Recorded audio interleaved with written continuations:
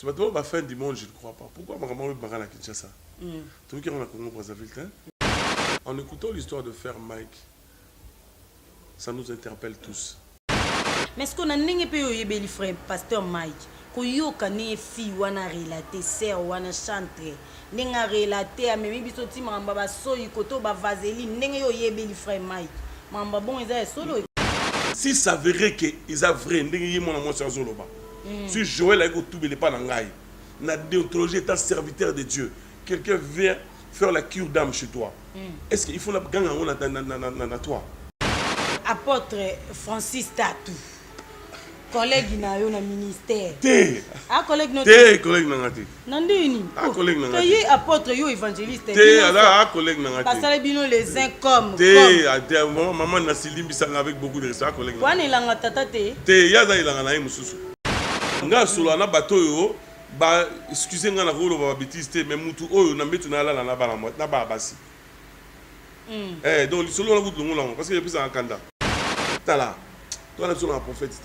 Mais apôtre Joël a dit va pester ceux qui avion à Kendekuna à Goma kuna récit sa guerre alors est bon va taper intercesseur na kati ba ke ko prier pour nous appeler ça ko lamboka yé mutu ngba bomaya yé biki yé mutu ngba bomaya pour ya lobisi ko babi et pas la personne ngala ba moni ndo ki belela yesu moni ndo ki belela parce que ngala lo badi ko ngala moni ngado karote.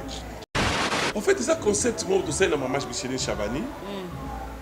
On a compris que bando bazoya na sima na biso basaka Jesus I love you so much so much je te perdu tu m'as retrouvé somme na biso ah OK na mboka na biso Congo tous au moins plus de 100 dialectes la nouvelle génération normalement on tente na matisi na wana si on no yemba normalement voilà la relation même défi. Et puis, qu'on se le dise, Banzimbo biso au sala, et tika na mboko, ba yemba partout.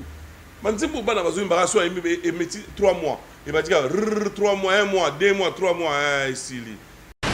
Obi ngate on ka bat boloba, assis là, non. Et ça va passer. Et ça va passer, on dirait mutu olo bali en fait mutu mo asa juste zo bali Ali Boma. Mais non, je suis juste. OK. Ba c'est Laurent Madeleine à Bruxelles. Naza parmi batasuka babeta na salle on a depuis baka épée kangama obete sur Madeleine. Ah vraiment il faut ba jeune o bazo lelo on a profité dans le bango, il faut pas respecter Abisso. On a fait un travail que eux ne peuvent pas le faire.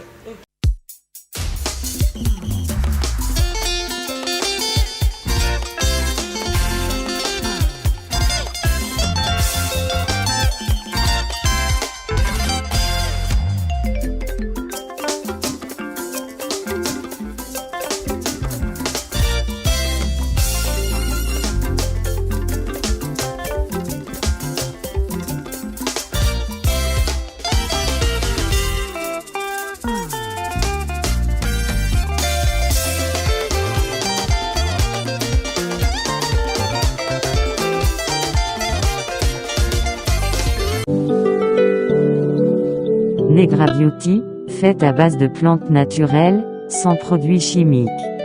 Le savon Splina, un savon naturel, qui vous aide à éliminer tous vos problèmes de peau. À savoir, eczéma, tampons, taches, vergetures corporelles, éruptions. Negra Beauté met à votre disposition 3 cas pour les hommes et arrange votre vie de couple. Puissance incroyable. Negra Beauty met à votre disposition un produit détox, très efficace contre les maladies internes telles que le diabète, réduit le taux de cholestérol et surtout nettoie votre système sanguin. Negra Beauty vous offre sa gamme de thé et autres produits minceurs bio, qui vous permet de casser votre ventre et votre poids afin de retrouver une santé normale. Negra Beauty a la solution pour tous vos problèmes intérieurs et extérieurs.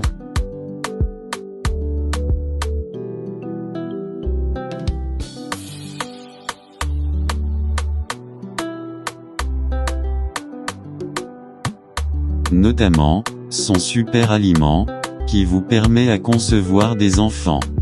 Grâce à son produit bio de l'année, Cocolage.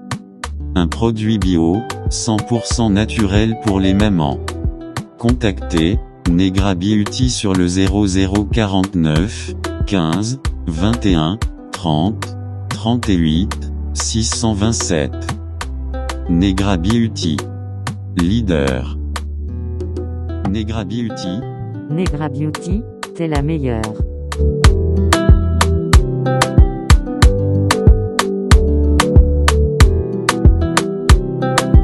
Vous êtes connectés, branchés sur le Collet TV, fidèles téléspectateurs, fidèles internautes, bien-aimés dans les seigneurs. Shalom et bienvenue dans ce beau plateau du réveil, magazine Yabolamuki, magazine au ICP Sarabino, na lulenge na ngoya kozala. Kande na lubarato tambola na igo malela maboko trepe to genda ko kundola pona bino ba information. J'ai dit un très grand merci à Malela Azana Sima caméra. Merci beaucoup à toi Igo, merci également à Maldini Mayanga na montage Kitoko et un très grand merci à toute l'équipe le Collet TV Europe. Tout le monde on est ensemble. Il n'y a pas à modifier, il n'y a même pas à discuter. Et un très grand merci à ma sponsor, na Bisso Negra Beauty, merci na sponsoring, merci na yo, tolobi na Negra Beauty, benga na numéro is affiché, ba produit za kuna ya kitoko penza makasi, oza diabétique, ba ki c'est ça kuna, o obela nini impuissance nini okuna vraiment bopiki ki ba bokundu bazo traiter okuna, ba produit na bango za kitoko, so ipo lingo bengi o meki nanu. C'est possible. Kuna ba megana nous sommes moni que ça va pour continuer. Benga na ba numéro ils affichés au Rosala jamais dessus et na bo sanité celui que j'appelle moto ya motolobi c'est-à-dire ya banda pasuki si ola rien à dire énergie pandu ya ba énergie tolobi on est ensemble tinati rien à dire. Voilà le Collet TV les réveils mon collègue nazana esengo yakoyamba po na bino l'évangéliste Thomas Lokofe et longona etoko sombiti na makanisi na matali parcours na ye na matali maima koleka na l'église na biso alelo tolobi inyale bosoto et koleka penza aye alobi nini analyse nini nazo sala par rapport à makambo et surtout azape papa ya pasteur Mike Kalambai po autara pe na makolo na ye azana mot à dire par rapport à makambo zoleka. Voilà sans plus tarder na pese mbote na papa Thomas c'est sûr là si Kishasa kitoko ah ya mbuka na biso eza mbuka leki mbuka na kitoko ete uzana na ninga mtu molo bana TikTok mbuka elengi voilà ba téléspectateurs à l'Okolé ba Holanda yo un mot pour na bango vraiment merci na CP d'abord Cernasi na mona la TV oula plusieurs fois Léo na monio en plus na ki motaya mbo na CP en plus c'est un peu moté comme motaya mbo Moutayamo, merci. Vraiment. Merci, ma oyo honoré bisoto. Oh, ma pour faire révéler, hein. Moutayamo, dans les lieux forts. Ok. Donc, en tout cas, tous les spectateurs, il y a le Collet TV, hein. Oui. Vraiment, je vous salue. Partout où vous allez dans le monde entier. Tous à Kinshasa, notre pays à nous. Donc, voilà. Voilà, notre pays à nous. Makambo Bima, le bélé Makambo Bimi Namba Moko. Question à Libousou. Analyse ni nous sel na ba nouvelle o yeli biso brisque koto ya sali koto ya kiti koto ya lobi avant to kota na ba détail temps de la fin izaka lokoso mbongo ba kindumba ba to ebimi na poisa ezani en tout cas ils surprenant des fois au monde on a un mot et roloba c'est pas tout ba fin du monde je ne crois pas pourquoi maman ba na Kinshasa tout qui on a Congo Brazzaville hein oui tout qui on a la Lomé tout qui on a la Libreville, tout qui on a la Côte d'Ivoire, tout qui on a la Kinshasa. Non, ils ont fait du monde. Ils ont encore. Moi, je crois que Dieu est en train de sélectionner. Parce que moi, je pense, là, c'est mon avis, vraiment mon humble avis. Je sais que Dieu est en train de faire un travail dans mon cannabis où le vrai, alors le vrai doit prendre la place. Oui. Où bah, déranger, il faut pas écarter pour que le vrai prenne la place. Moi, je crois. Ça, c'est mon humble avis. On est à Moussala, non, ça c'est Dieu lui-même qui est en train de sélectionner, de faire ce travail. Voilà, Oza, moko ya bancadreur, Tobengo papa, ya frère Mike Kalambai, pasteur Mike Kalambai. Comment na makambo koleka na réseaux sociaux pour na yi. D'abord le rôle la papa na yi et salondine. Nangi d'abord bato ba belo mo OK. Aninga frère Mike mingi et puis on a toujours kolinga peu importe où il y a pour et puis tilelo on renouvelle encore bolingo dans un autre panay puisqu'il y a la je l'aime énormément. Oui, puis c'est ainsi. En écoutant l'histoire de Frère Mike, ça nous interpelle tous. Tous on a un téléphone, tous on a ma soeur, tout le monde a un message dans WhatsApp, tout le monde a ma voice. Et Goku il a pengai. Et Goku il a pengai mususu. Et par la biso na ninga la balobara les unes de Ketchaku pour sécate. Moi je crois que Ezakara c'est quelque chose qui a été planifié. C'est mon humble avis. Moi sur là batinda qui est vraiment ba élaborer ya ayana Kinshasa abotem na Bukavu. Première fois ayana Kinshasa. Akuti frère Mike té. Frère Mike est aux États-Unis. Avant une semaine à Ozelaye, 2 semaines à Ozelaye, 3 semaines, 1 mois à Ozelaye frère Mike.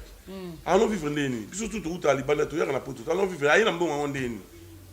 Donc allons ravitailler na bateau batinda qui. Moi je crois. Là je le dis vraiment tout. Moi je crois que mon mentionné, elle a été mandatée, elle avait une mission pour na musala nzambe.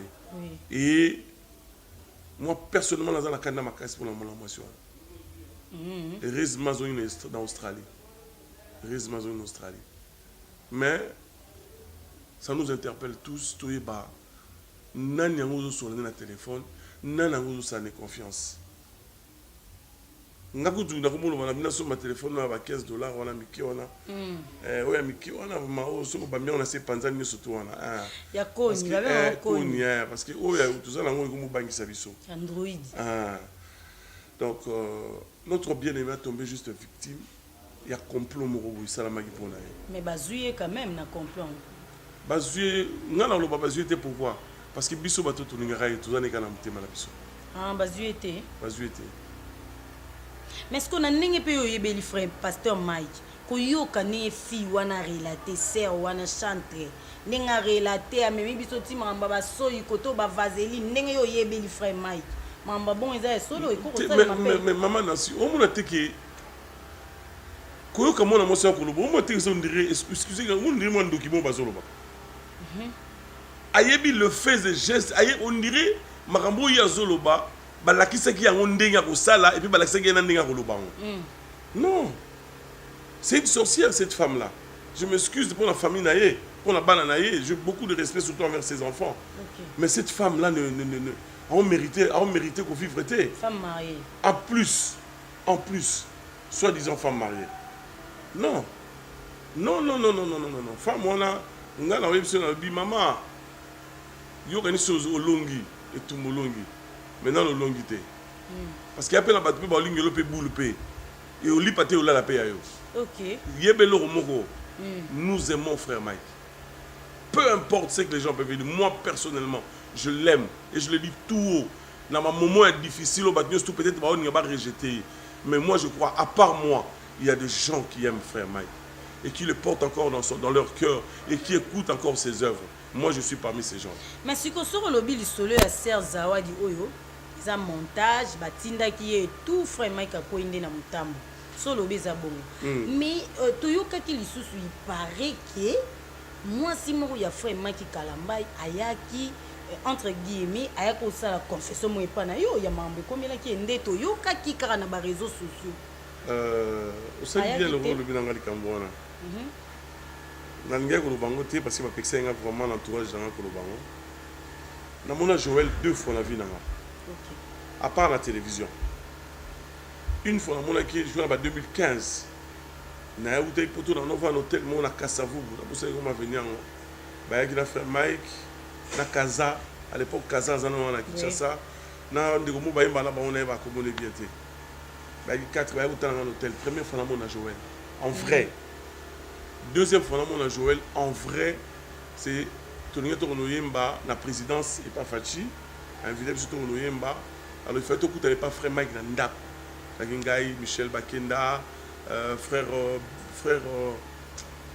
Benjamin Ouamande, frère Malachilouba. Na petit Nanga, Aseka, Billy, voilà. Frère Billy. Surtout, frère Billy, et pas frère Mike. Deuxième fois, on a Joël en vrai. Na félicité, écoute, Nello, on va saluer Michel. Aïe, Maginzembo, il y a frère Mike, il y a Nazali et Lembo. Ah, il y a première fois, on a j'étais très bien. Il y a 2 fois, on a vu Nanga. Surtout Joël, là, on a Thomas 2 fois. Le reste de fois, on a Joël, ils ont la TV. On les a 1. Deuxièmement, si cela était vrai, la déontologie dans le local en Moussa Nanzam, si vous avez tout bien, il faut le banc. Si ça verrait qu'ils ont vrai, si Joël a tout bien, la déontologie est un serviteur de Dieu. Quelqu'un vient faire la cure d'âme chez toi. Est-ce qu'il faut la gang à toi? Non. Donc, cette histoire, maman, ils ont faux et archi faux. N'habitez pas d'informations, il y a beaucoup de détails. N'habitez pas d'informations. Il y a au moins des places de sur la vie. Il y a quelqu'un derrière tous ces gens-là. Ok. Bazo Luka va déstabiliser Bisso. C'est leur mission.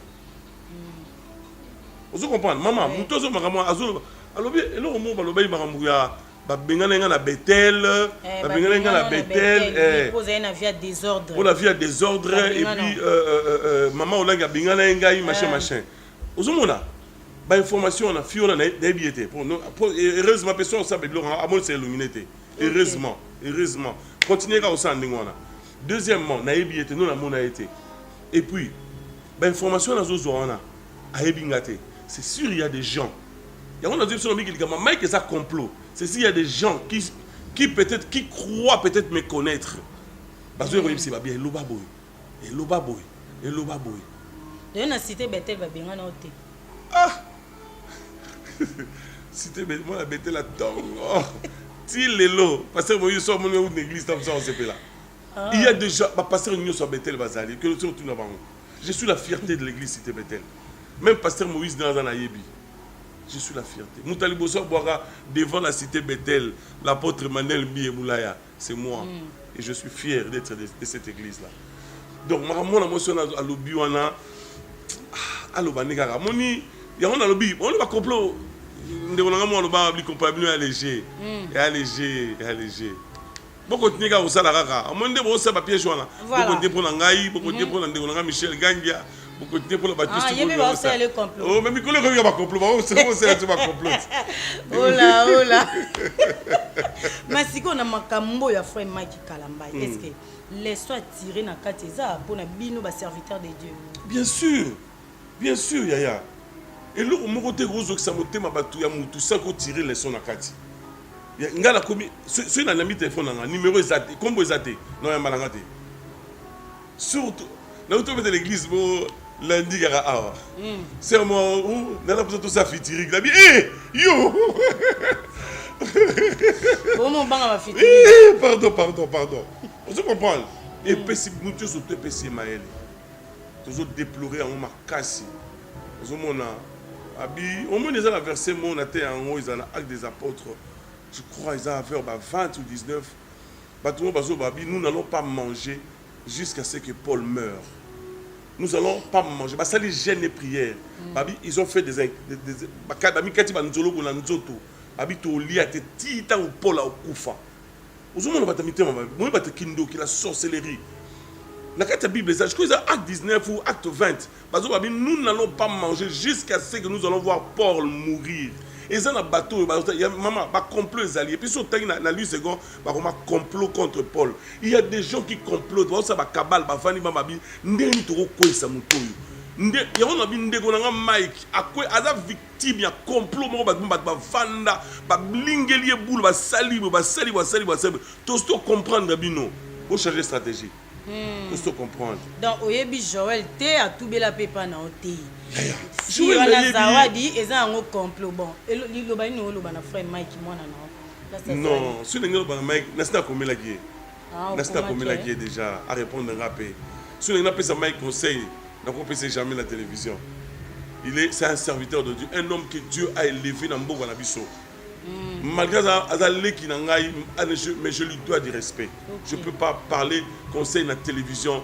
ils ont manque à respect pour nous. So ni nga répondre que c'est que abiki ko maladie ba msu Ça abiki va, ezaki base. non, ça va, ça à cause bien. qui na ye ben mention et tout. Non, Aza bien. Ça un peu crise ya solo. Asala est malaise. Ah, mais si pour l'instant, il va bien. Aza moutoute, Eza ba fatigue.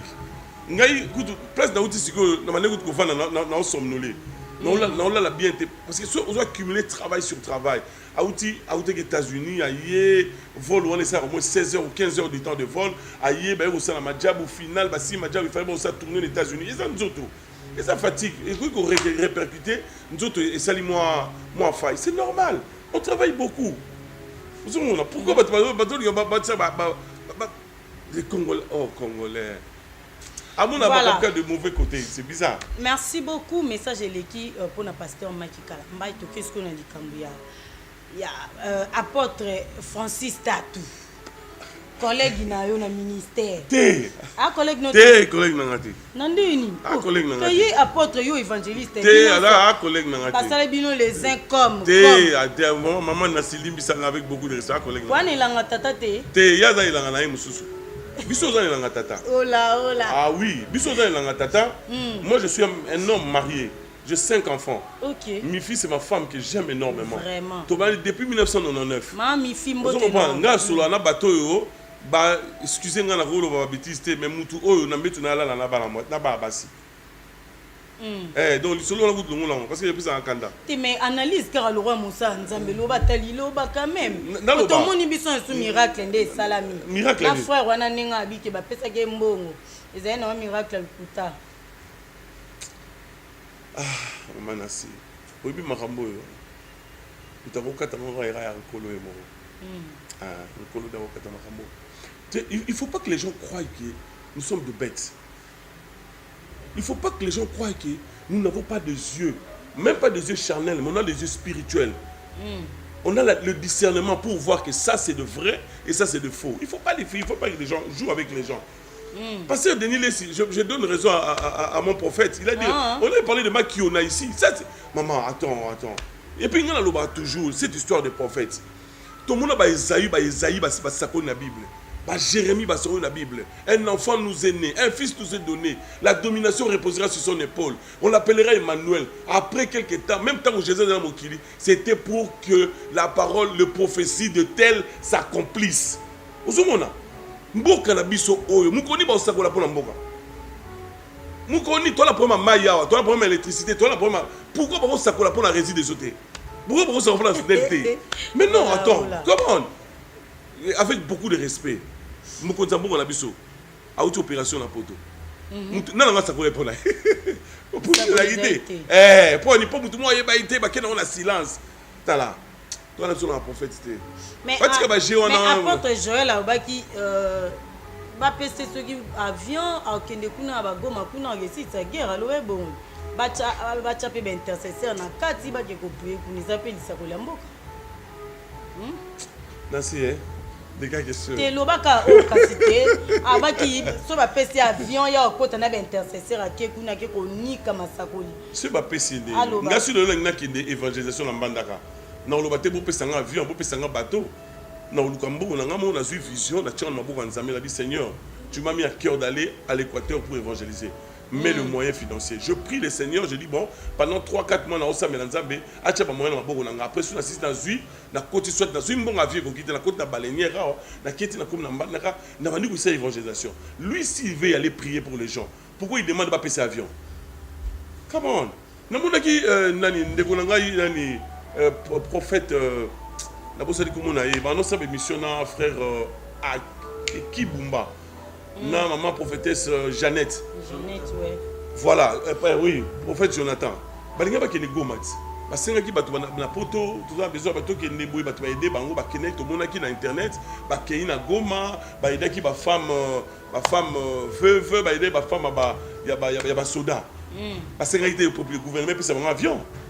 Pourquoi il est facile de faire un avion? Il faut un avion, pas passer avion. Oh, come on, c'est quoi ça? C'est quoi ça? Oh, parce que oui, toi j'ai un problème dans beaucoup. Parce que vous comprenez? Il ne faut pas jouer avec les gens comme ça. Nous sommes là. Ce peuple, Christ a versé son sang pour Azwalibota Oyo. Soyez sûr que une église d'ailleurs, okoma manipuler batwana lokola so baba jouer non yaya yesu asopi makila nene kulusu pour la tina batwana ko so baba ngona nzela makila na ye non on est précieux de ceux qui tous na tina te na mbanoté mais yesu akufa pour la tina kulusu te yesu akufa pour la parce que nous avons de la valeur yesu asomba biso na Bible c'est pas par des choses périssables mais c'est par le sang versé de Christ. Il faut pas jouer avec ces peuples maman. Quand ils viennent là-bas, ils viennent pas pour jouer avec. Non, ils viennent pour écouter la parole. Tous Assyriens en Bissomoro d'abord. Mais si koyoka évangéliste Moïse alobi ba iba bomae batu baza nsima makambu baninga na ye basala nzambe ba pasteur y compris yo poza mona Bethel makambo zoleka kuna na église ba papa kala basiliki babi azobotola ba mapango akomoto ba mapango oyo bandimi basoma na mutoki na bango. Dossier les alobi za ba collègue ba iba bomae dossier à Bethel na en tout cas na bien noté parce que naza mona Bethel na chaka mai sous du toy na marametel Bethel olongwa na longwa te parce que balongwa na famille te je suis de la famille Bethel mais makambo le gasko na Bethel na chaka mai sous du toy na ngote na même sur la moni geyo par exemple dossier na mona qui en internet voilà batine nga belien na tala en souté pour un obaya ba papa ngo to ba ba papa pour na papa na kati na ngai qui Florent Musitegeza na kati na ngai qui pasteur je sais pas moi Asibo Izali pasteur Ignace Ndumbi Ezali batona ñu surtout va contribuer à la kati na nga na ko jamais le ko rejeter bango mais pour des raisons personnelles pour des raisons vraiment personnelles et puis surtout pour un respect ya âme ya apôtre Mbi na boya ko na biloko na ba discussion. C'est un homme qui a investi dans ma vie et spirituellement aussi et le loisir est sauté na simanaye ko kama ramandingwana na respect surtout âme na na ko dans la biloko na personnellement je me mets à l'écart. Mais est-ce que tant on va y moi na ko loba na cher et ça la non la tala qui a monté na on regarde bat bazolo ba na tala qui a monté na ils sont habitués tout ce qui m'a Bethel vraiment là je quand même ndalo baki oui expliquer ndalo baki vraiment comment aller là va beaucoup trépé oui en tout cas tala évangéliste abi bali ba bomayi ba complice salami batu bazana sima makambo wana ba collègue na bazali baninga ba pasteur et consort na pasteur moko boy azana limité yepa nga sale mabe na ndenge mo ye mutu bangba bomaya ye biki ye mutu bangba bomaye pour ya lobisi babi et pas la personne ngala baba omoni ndoki belela yesu omoni ndoki belela parce que ngala olobadi pour ngala mo ndaka ndoki karote mutu ya mais ndenge siko abeleli wana qu'est-ce abeleli te mutu ya bazo ka bakamo wale abeleli omoni ndoki belela yesu ko abeleli ke bangba bomaye parce que ngala olobadi oyende mutu amona ndoki yango ngala moni ete wana le loka olobate non mais en tout cas sincèrement tout ce qui est cité Bethel pour le respect de l'âme de cet homme l'apôtre Emmanuel Mbiyemoula kota maramute mais siko na nyonso tolobeli avant tokota na célébration mbonda na nyonso tolobeli eza na ba amo eza perdu par rapport à makambo ezoleka na église ya Congo lelo bandeko mosusu babi na question église te nga kutu ba pasteur wana omoni te ba musicien mokili bakoma osala ba analyse bansusu bato yebisaka bino moi ba pasteur wana nde baza retour okoloba ni mpona ba analyse nyonso ezosalema na bandeko ba chrétien bao babungisi mwa omoni na lobelo omoboya l'objectif du diable dans le bas qui un jour on a essayé de nous mettre KO. OK. Le diable et tous ces gens-là qui parlent, ils connaissent la force de l'église, surtout de l'église des Congo. C'est pas tout l'église, les hommes de Dieu qui sont par terre. C'est pas tout le monde. Il y a encore de celles-là, plus de 7000 encore qui n'ont pas encore fléchi les genoux devant Baal. Oui. Il y a un moniteur vivre une période de bah faut pas tellement trop. Maman Nancy quand on a vu ça. Dieu est en train de tamiser, voilà. Oui. Dieu est en train de tamiser. Les faux vont rester sur le Yungulu là. Il y a bien qui t'en a assez. Faut pas en noter.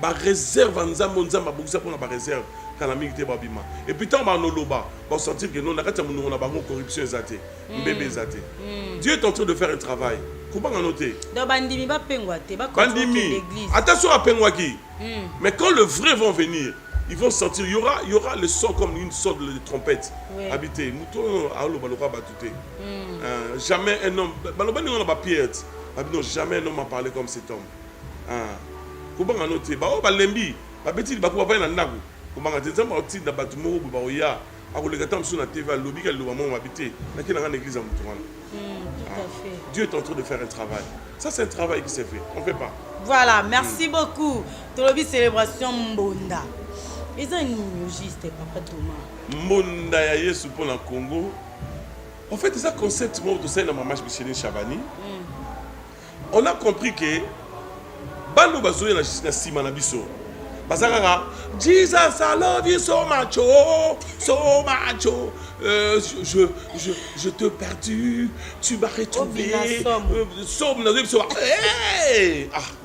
OK na mboka na biso Congo tous au moins plus de 100 dialectes tokoyemana je félicite tous mes jeunes de Luba baleki na lo ba fiston buyi ba yemba na Chiluba sans complexe oui ma frère Mike ba kona Chiluba sans complexe ba Mike Flore ba yemba ba jeune ba Billy ils sont Chiluba sans complexe bravo mais bantandu baza bandibu baza ba singombe baza ba soukou baza ba yaka baza pourquoi ils veulent pas chanter dans leur dialecte c'est ça objectif de monsieur Ngwana to tombola lisusu culture congolaise dans la musique chrétienne ba frère muto ba yema ba kisinji na yandi Yesu voilà vous avez mais pourquoi Ezekimbala bakenda wa bien parce que to yesa soso bakenda yango moni te nga pour nga zali mingi jeunesse jeunesse au matalelo batiki même rumba bakomika kokara le coup de Mindele pourquoi n'a été complexe à vous na biso wapi modernisation qu'est-ce que vous appelez modernisation l'Afrique du Sud pourquoi ba mbaka na Kisulu pourquoi bazo na la culture na bango c'est ça ozomona pourquoi biso toza na complexe on a biso ba congolais je déplore ça ozomona alors nga biso souci na biso dali to yemma na bokoko pas to beti mbonda to beti guitare acoustique to invité sœur Gisèle Moussadi ayemba na Chiluba très bien si on a biso Eunice na na na na na na na na na na ayemba noni na lingala mais elle ne pas de l'Équateur comme nous to invité ba maman ya les exilés de Sion ba yemba na Kilubakati ba uta Lubumbashi ba boya ozomona donc objectif ya mbonda ya Congo ils a valorisé la culture congolaise dans la musique chrétienne bopani boponani ka bino ba beto Équateur fa ko po lukata sermon kasi on a bisser Gisèle ya bandundu ale bino nde bokomo benga bino ko bino mbale ba to Équateur po bokomo benga non kasi idée ou quand même pas batuti mais idée ou t'es pas na biso tout juste que to sera to bino ezaka ya biso moroté to be tala ba sœur les exilés de Silo baba maman ba uta Lubumbashi ba yamba na Kilubakati sœur Gisèle Moussadi azali a yamba na Chiluba grande sœur ya frère na ngai Jérémy Mwamba est-ce que ba yamba banzembo ni mutu mpuna nzembo na yo banzembo to yoka déjà lebo biso banzembo na biso oboyem oto yembaka boyoka ngo toujours ngo meto beto na style folklore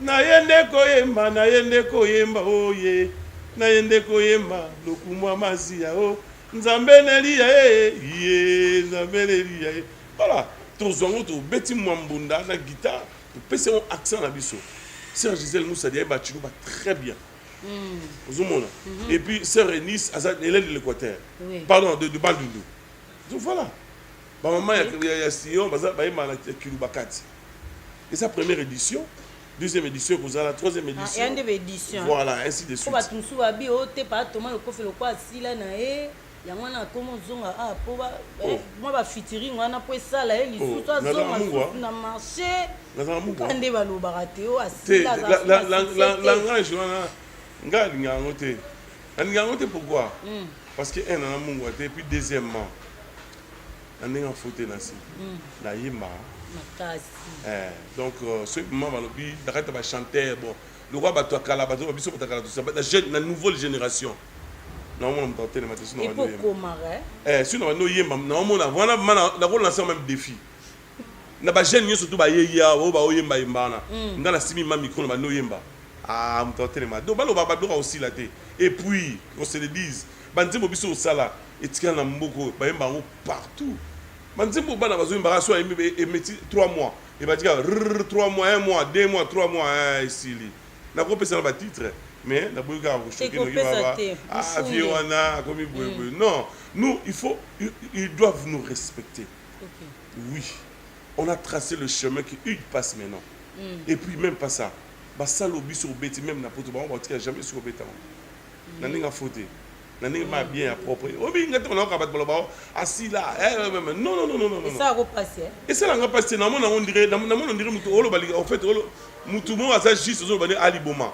non je suis juste OK basel Laurent Madeleine na Bruxelles et naza parmi batasuka ba beta na salle on a depuis ba epé kangama obeta sur Madeleine OK Zumona basi ni kilo beta lona zili total out kilo beta ele fait pas kanga kilo beta la Bataclan non ozumona non toza na toi na CV monté OK toi na CV monté non qui nous respecte vraiment il faut pas gêner oh bazwa lelo on a profité dans le bango il faut pas respecter Abisso on a fait un travail que eux ne peuvent pas le faire et puis sur le plan chambouille toko sa konko bazo majaba wa mikolo ba kima mbango ba kimi mbango bi te mabe donc il faut perception respect baleki pour respecter biso to se musala obino bo sala te tant mususu kutu biso to pesi bino bua o sa musala OK et puis tant biso to yemba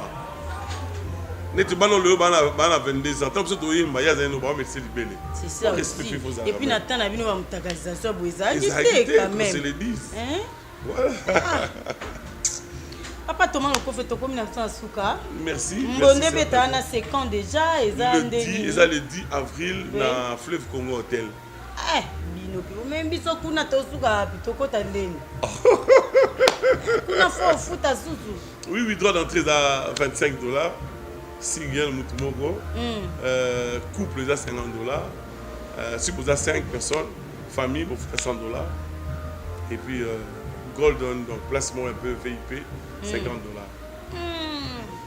maman wako futi so bon lelo za sujet na bisoté to comme na suka ba téléspectateur ba retenir nini par rapport à ma etolobeli awa bon mutakufa ne kulusu pona bateza Yesu Masia mutakufa ne kulusu za ndoko na bisoté ni papa na biso mabe ko ya parce que ma place bat baza mabe ya kaka menzambe apesa biso motema kolimbisa na kombo na ngai personnellement mais na kombo ya bandiko surtout baninga frère Mike n'est pas notre ennemi c'est notre frère nous l'aimons oh eleki mettons l'eau dans le vin comme on dit tolimbisier bolimbisa ye bandeko bolimbisa ndeko na bino boka saka ba mal à l'aise salanga ina koma nzambe boka sa bolamu nyoso to ndeko sala bino kana likamonde bo clouer ne kulusu non tolimbisa c'est notre frère la vie continue encore et je crois qu'il va le faire lui-même moi ngala on dévancer en gaga je crois qu'il va le faire lui-même ça comment qu'on dirait comprendre et on l'aime encore moi je voulais dire à frère Mike on t'aime énormément. À part moi, il y a beaucoup de gens encore, le frère de sœur qui t'aiment. Et nous te soutenons. Je sais que tu passes des moments vraiment difficiles, mais nous te soutenons, nous t'aimons encore. Donc voilà. Et tout le monde a permis de m'appeler Nzambé. Où est-ce que Sika a pu s'appeler Nzambé? Miko, Makamoto vivre le lot, Nzamba Osa Moussanae. Nzambé, Zala Bato, c'est pas prêt, c'est pas Sakula qui va nakala. Qu'il y a un temps que Dieu va balayer. Les faux vont partir et les vrais vont rester. Parce qu'il y en a tellement de faux. Oui. Si tu es encore faux, tu m'écoutes, c'est le temps de rentrer vers le Seigneur. Ce n'est pas Yesu. Yesu n'a pas beaucoup polé la zozela. À bas côté. À bas côté. Et puis, comme si on a un avion, on a un musicien mokil. On a un théâtre. On a ma place n'a commis moins, on a un souci. Ah ouais? Mais Yesu n'a dit non. Yesu a osé là. Bien-aimés, rentrons vers le Seigneur. La porte de la bergerie est ouverte. Le Seigneur nous attend. Rentrons vers le Seigneur. Il n'y a pas deux, il n'y a pas trois qui ont été cloués à la croix. C'est le seul, l'unique, notre Seigneur et Sauveur, Jésus-Christ de Nazareth. Amen. Que Dieu vous bénisse. Voilà, merci beaucoup Lilo Babou Kabwani. Vraiment.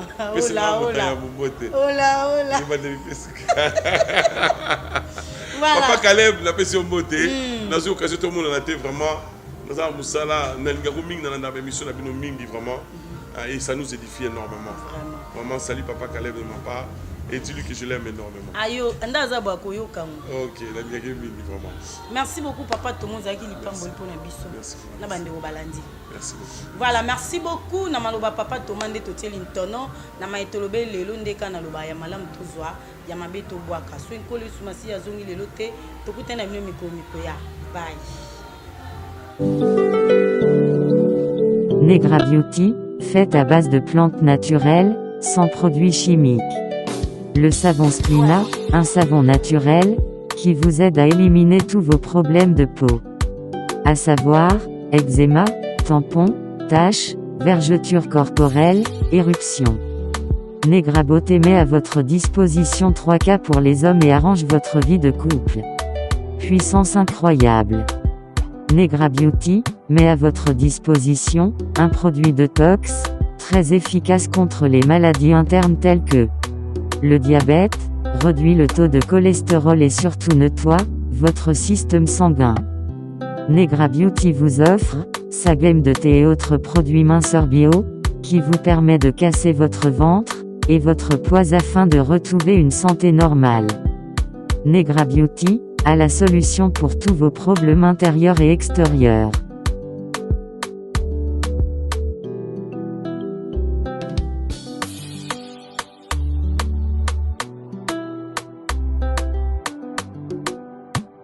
Notamment, son super aliment, qui vous permet à concevoir des enfants.